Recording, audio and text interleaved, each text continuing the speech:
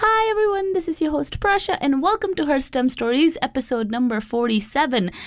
It's been an exciting year already, but I'm so excited because we have so much more to come. We're working on redefining the show and also how we can get more women in STEM stories to the surface. But please keep following us on social media at Her STEM Story to be the first ones to know what's cooking. And please also check out our parent organization, STEM Advocacy Institute, at stemadvocacy.org. Please use the links in the episode notes to follow them and us on the social media. Today we're talking to Joy Wolfram. She works at the Mayo Clinic and she's working very hard to cure cancer, so stay tuned. Welcome to Her STEM Story, a podcast about real women with extraordinary science, technology, engineering, and mathematics stories.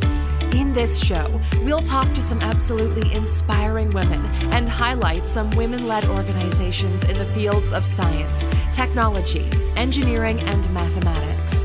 We'll learn more about their work, their struggles, and how they think we can close the gender gap in STEM professions. Keep listening to get inspired. Having lost my father and aunt to cancer, I can totally relate to the frustration around not having a cure for this aggressive disease. Our guest today is working really hard to change this. Joy Wolfram is the lead at Mayo Clinic's Nanomedicine and Extracellular Vesicles lab. She was an Amgen Scholar and has gone to author over 40 publications and received more than 25 scientific awards from 7 different countries, including being listed on the Forbes 30 Under 30 in healthcare. Let's talk to Joy to learn more about her incredible STEM story. Hi, Joy. Thank you for joining us. Hi, Prasha. Thank you so much for having me. I'm excited to be part of this. Yes, your resume and your story is just incredible. 40 publications. How can you humanly do that? Well, it's all about having a great team around you and good collaborators. So that's how we're managed. Yeah, because I only did 2 and I thought I was going to actually stop breathing. It's a hard job. So that's super, super exciting. And I'm so excited to learn, more about, what you currently do at Mayo Clinic. Tell us a little bit about that. Exactly. So my lab works with nanoparticles, and nanoparticles are like these tiny cars that can navigate through the body, and we can load them with cargo, so passengers that are cancer drugs. Mm-hmm. And then they will sort of move in the blood and be delivered to the diseased tissue. Mm-hmm. And because this delivery is more specific, you get less side effects and also better therapeutic efficacy. So better response to the treatment because you're going directly where it's needed. Mm-hmm. Mm-hmm. So how did you get interested in nanoscience? Well, actually, how I got interested in science, I think, was one specific event I remember from my childhood, and I was around 11 years old, and my dog got very sick, so we took her to the vet, and she had a skin infection, and at the vet, I saw them take these swabs from her skin and put them in bacterial culture dishes. Mm-hmm. And I thought this was absolutely fascinating. So I asked the vet if I could get some of these unused bacterial culture dishes home. And, she was a little bit hesitant and sort of told me I couldn't. But then as we were walking out and leaving, she came running up to me and handed me this bag and whispered, "Don't tell anyone."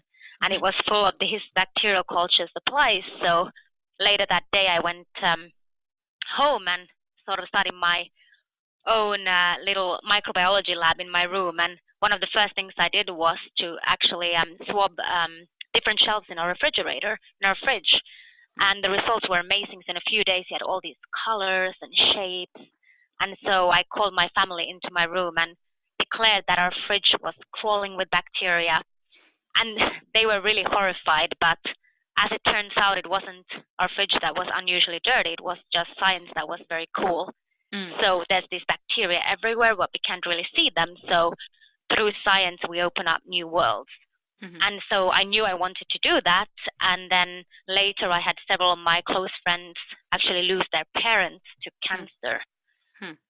And that was traumatic to see how it not only affects the patient, but also the entire family.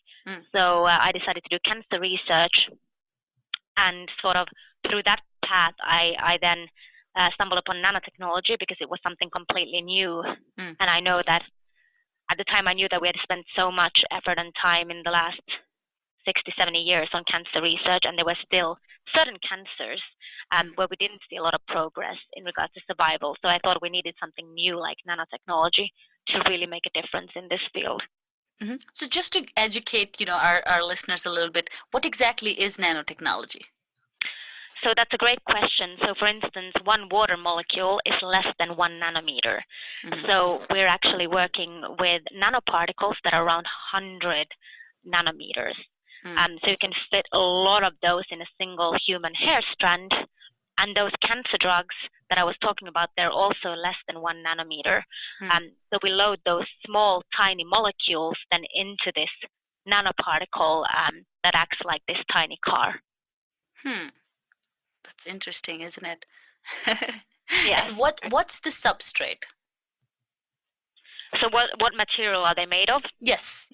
So that's an excellent question. So there's so many different materials. Most of the clinically approved nanoparticles, because today there's more than 10 clinically approved for cancer, are actually made from lipids, so fat. But there's also metal-based nanoparticles and all sorts of materials. So they're basically biocompatible, right? So if they were to in most enter. cases, yes. Yeah, it's awesome. So interestingly, I spent a little bit time, not a lot, just a year or so, or 2 years in microelectromechanical systems, and that's why I'm a little interested when it comes to nanosciences and the actual application of it. So your story to kind of getting interested in science is probably one of the best stories I've ever heard. and tell us a little bit, what was the encouragement from your parents when you as an 11-year-old started like getting so interested in microbes and stuff like that, like I'm wondering if parents can learn a little bit from that, how to get exactly how to get their kids more curious. Well, my parents were always supportive, but they were of course not at all involved in science or the medical field, so they in that sense, we're unfamiliar with, my interests, but they always supported everything or anything I wanted to do. So I think that's very important. So if you do see that your kids are passionate about something, to provide those avenues for them to explore, new fields. Did you have a role model growing up? Not really. So that is actually something we're lacking. So today, most role models are, actors or singers or athletes, and we don't have many of those scientific role models. So that's also one of my goals in life, is to create more of those scientific role models, so that kids that are growing up can look and see, if she's able to be a scientist, then I can too. And this is today is even worse, because some of these people are just quote unquote influencers who just make silly videos all day, and I'm afraid that we are creating an environment where people are more kind of paid to be to not work or not work hard enough, I guess. And so it's even more important that the work that you're doing. Yes, and at the same time, social media is one of the channels we can use to really tell people about science and inspire them to learn more. And then on those lines, you also have a TEDx talk. So tell us a little bit about that. Exactly. So my TEDx talk was actually in Jacksonville in Florida, and it was about what is nanomedicine and how can we really explain nanomedicine to someone who's never heard about it.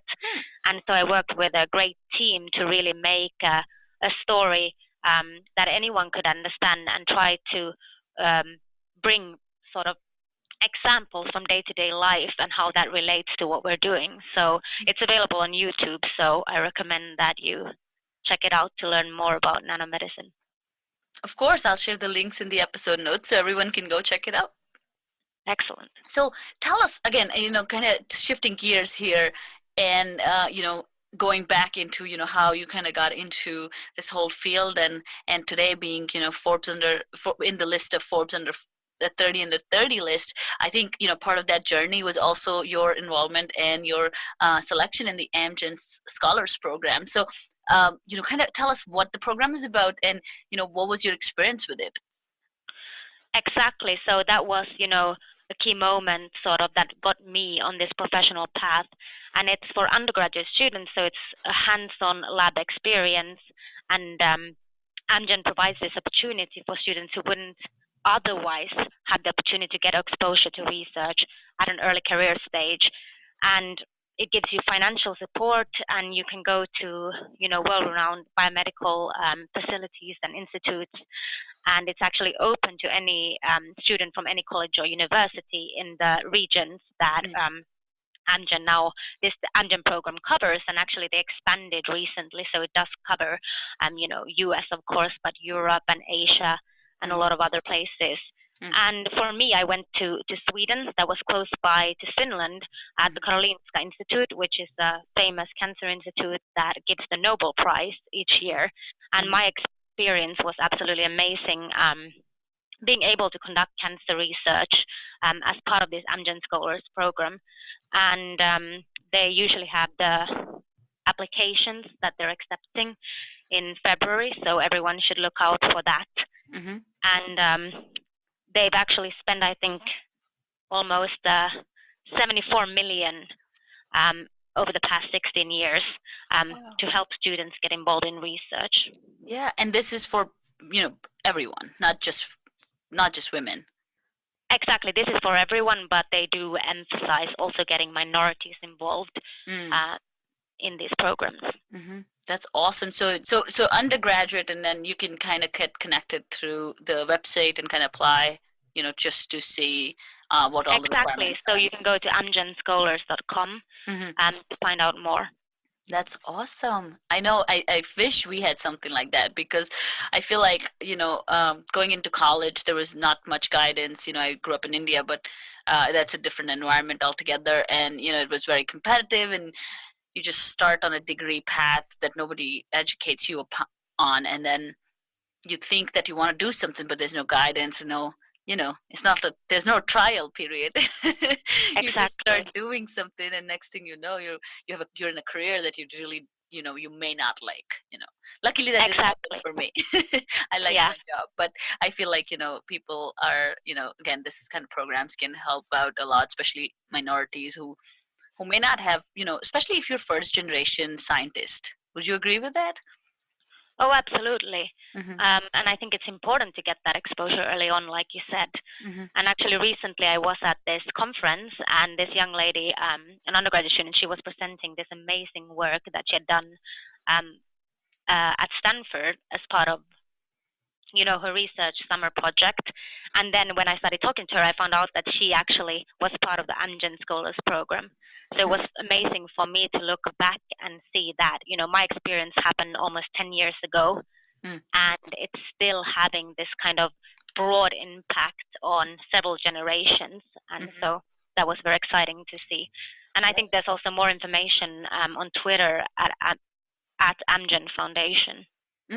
Awesome. So we'll share all those links, and again, just how impressive your story is. I feel like there's so much potential in people that, and especially again, I would stress on minorities, because that's kind of what the show is about. But also, there's so much potential. Like as they say, some girl in Pakistan probably has the cure to cancer, and we're gonna miss it because we may not give her the opportunity to actually do the research, Exactly. Well, it's all about including, a diverse group of scientists, because the more diversity we have, the more ideas, new leadership styles, and that's really what we've been lacking, because if everyone thinks the same way, then we're not going to make that progress.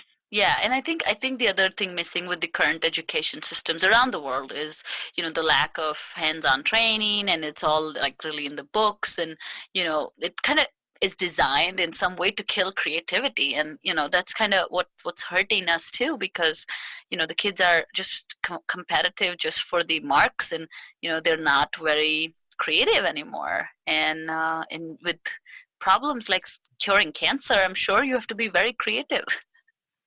Exactly. So I think it's important that these programs, are part of the educational system. Yes, definitely. So Amgen's doing a great job, and you said $74 million. Oh my God, that's a lot of money. So everyone who's listening should definitely, apply, check it out, and if you're an undergrad, this might be a really good fit, and kind of get inspired by your story as well. So getting back to like the whole your research and the dialogue around cancer, I know you lost a very close friend to cancer, and that kind of frustrated you because you felt like you let someone down. How far along are we? I wouldn't say how far along are you, but as a human race, how close are we to curing cancer? Because it seems like a very difficult and prolonged problem that we're all dealing with. Exactly, and usually when we think of cancer, it's sort of not one disease. There's so many different types of cancer, and so we have made a lot of progress in certain types. But then pancreatic cancer is still very deadly. Metastatic breast cancer can be very deadly, and so I think we're on the right path. But for some of these cancer types, it's still going to take some time. In general, it takes 12 years on average to get something from the lab to sort of the medicine cabinet.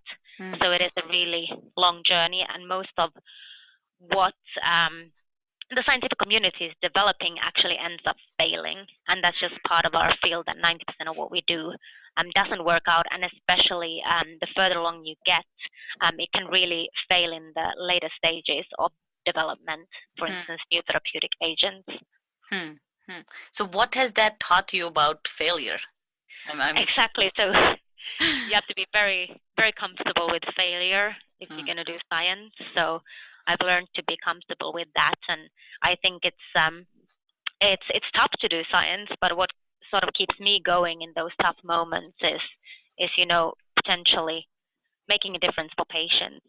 And you mentioned Rebecca, so this was actually very recent, so less than a year ago, when she called me and sort of invited me to her funeral, and I was shocked, but she was 31 years old when she died, and she had this 8-year struggle with breast cancer that came back 3 times. And so that really puts in perspective how important it is, what we do, that this is a real problem, and people are suffering out there, and we can't give up regardless of how many times we fail. That's profound, and I think you have to have a purpose when you're working on such an important cause. I think you have to belong to the cause in every which way, and if you can't do it like a 9-to-5 job, or you can't do it just to make the ends meet, but you really have to be passionate, and your story is definitely very, it hits home, because I've lost a lot of family members to cancer itself. Like I lost my father to pancreatic cancer. I lost my aunt to ovarian cancer. So there's a lot of cancer and it's sad, but that's becoming every other person's story at this time. There's hardly any person who doesn't know anyone who doesn't have cancer in their family. It's really stressful. Exactly. that everyone in the baby boomers generation, or there a lot of people are getting affected, and as you said, your friend was 31 years old. It's like so scary to even think about that. Yeah So it's definitely, you're doing very, very amazing job, and I hope that people get more aware about cancer, and contribute to in whichever way they can, by making contributions, or actually participating in awareness campaigns and stuff like that. But if you could tell them how they can help in this battle against cancer, what would that be? Well, I think it would probably be, as I said earlier, to embrace diversity, and to support minorities in science, because I think that's really where we're going to get new solutions, is when we open up this field to everyone. And there was actually recently a report in Nature, highlighted in Nature, which is one of the best journals in the world, where they showed that diverse labs, so diverse scientific teams, have a lot more success. So I think that's one thing we can do is support those types of initiatives in getting minorities interested and involved in science, and sponsoring minorities, and also being a mentor for them. And it's funny how people don't realize that aspect about STEM in general, right? I think there's so much ignorance when it comes to just understanding why this is important. I think everyone thinks it's a buzzword, and it has to do something with feminism, and it's, oh my God, I can't use this word, because they fully don't understand, why there's such a big push on diversity. Because exactly, just from a scientific and medical perspective, how necessary it is. Yeah, and I'm sure if you explained it to them the way you were explaining now, I think it's just going to shed such a huge light on the whole topic and why it's important. And it's not just about a gender, it's about people with different and diverse backgrounds and life skills, if you will, right, that can get creative with problem solving. Exactly. And I think as scientific leaders and anyone who is in a mentorship position, we also have to push our mentees to think differently and really have the courage to pursue these unconventional and risky solutions, because it's important to think big, and that's really when we make a difference compared to this incremental advancements in science. Yeah, I agree. And again, if you can teach your peers, mentors, or even kids how to fail fast, and believe in your work, and believe in your dream, people will not quit, or people will not leave. That's the other big portion of the whole STEM conversation. Retention, right? How do we retain minorities in science once we get them involved? And I think academia has to step up, with the competition in corporate America, with how much they invest in retention. I think academia and even any kind of research work, I think they're big shoes to fill when it comes to retention, especially in today's day and age. That's absolutely. We can talk about it all day long. Yeah. So again, I know you do a lot of outreach work as well. So tell us a little bit about how you are doing exactly what you kind of just advised us to do when it comes to closing the gender gap. So just catch us up a little bit on that. Exactly. So my team and I, we try to go to local schools. We try to reach communities that are not don't have the opportunities usually to be exposed to science. So we've done things for low-income Girl Scouts, for African American youth labeled at risk. And sometimes we invite them actually here to the hospital, but other times we will, like I said, go out to the community, and we actually make nanoparticles with them. So we let them make their own sort of polymer-based nanoparticles with cancer drugs. And I think that's very important, as well as showing, science can have so many faces, whether it's, being a young female or a racial minority, that we can all do science. That's awesome. You should do that for adults too. Yes. I worked in a nanoscience lab, and I don't think I understood I think half the time I was literally just winging it. So it would be a wonderful exercise for adults as well. So before we let you go, Joy, we would love to know what's your favorite book.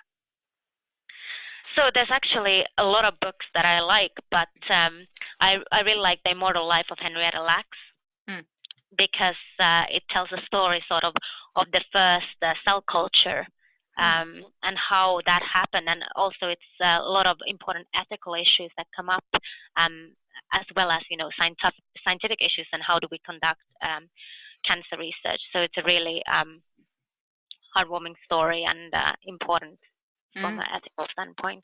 Yeah, and you're talking about ethics. I was just watching the documentary on Elizabeth Holmes, the whole Theranos scandal that kind of unfolded, and how unethical and Again, people took the fail fast or, just fake it till you make it too far. And I think there is a huge discussion that has to happen, and especially today's world where, there's so much fakeness on social media and stuff that we really need to talk about ethics. Yes. And not only morals. in social media, but in science in general. Yeah. There's a problem of reproducibility.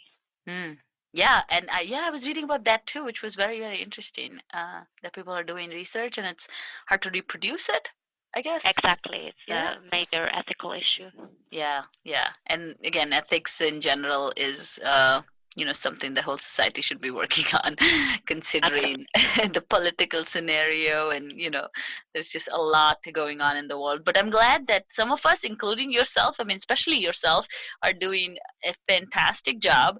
And again, you're such a role model. I hope we can get more girls interested to follow your footsteps, and also Amgen program that can help support the next generation of researchers.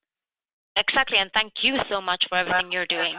And that was Joy Wolfram with her incredible STEM story. Please use the links in the episode notes to follow Joy and her amazing work. Next week, join us to listen to the story of Natasha Syed, who is building a Vogue for women in STEM at Unboxed, where she is breaking negative stereotypes by showcasing glamorous and wonderful women in STEM stories. So make sure to tune in again next week. Thank you for listening. Bye.